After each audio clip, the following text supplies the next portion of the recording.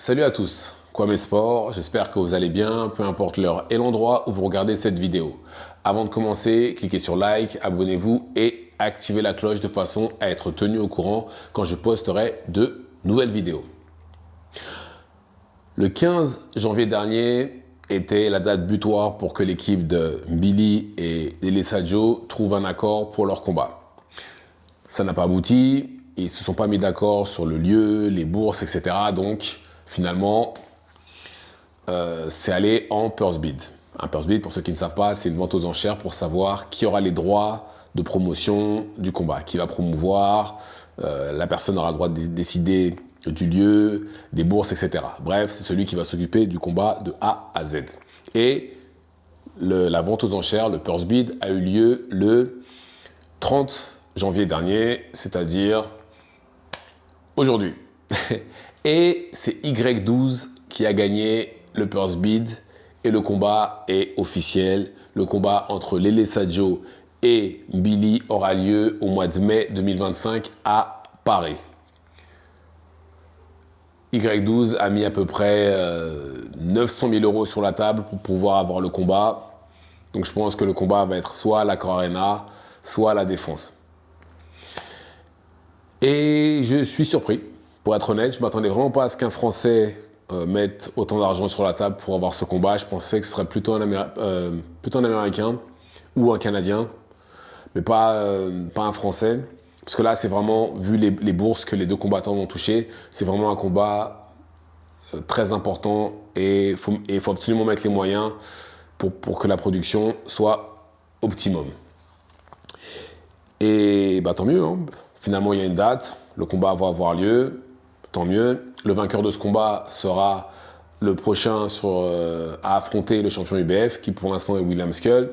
Mais William Skull va peut-être affronter Canelo au mois de mai.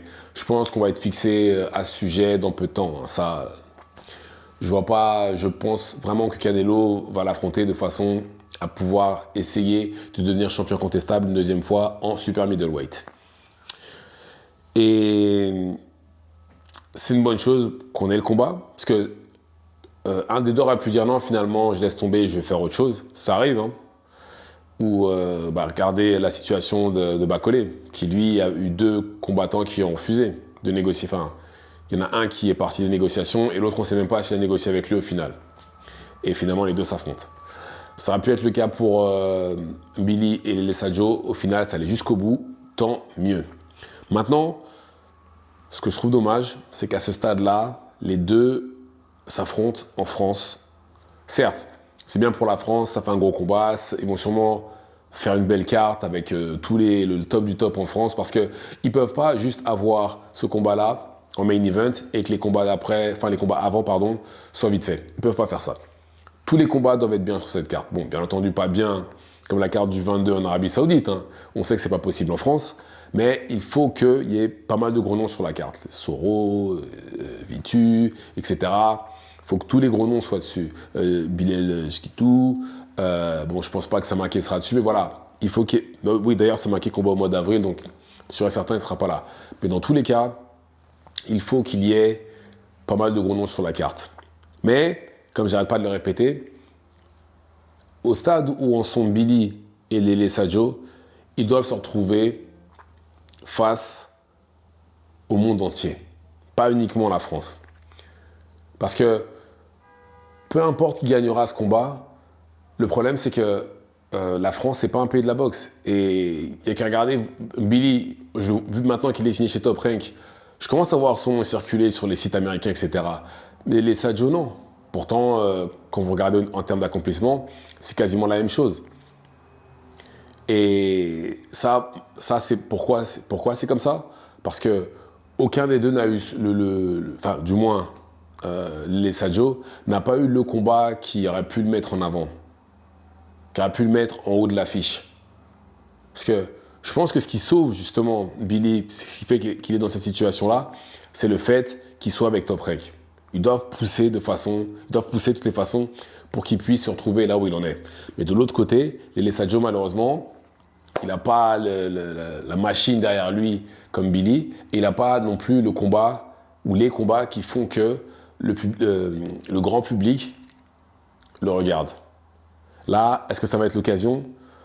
Je pense quand même un peu plus que d'habitude, parce que ça reste quand même un éliminatoire IBF, et théoriquement, le vainqueur devra affronter William Skull ou Canelo, selon qui gagnera au mois de mai. Donc voilà, donc je pense quand même qu'il y aura plus... Les yeux seront quand même un peu plus rivés sur ce combat-là que les autres combats français. Mais voilà, c'est bien pour la France. Je ne dis pas le contraire. Bravo et merci à Y12, ça c'est clair et net. Mais à ce stade-là, les deux doivent être vus aux yeux du monde. Même si Billy, par exemple, a affronté Derevyanchenko, d'accord?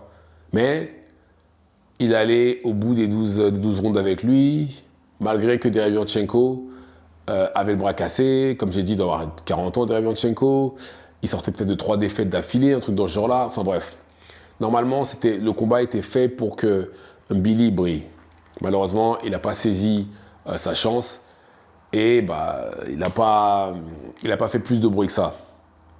S'il avait mis Derevyanchenko KO, je pense que ça aurait été différent.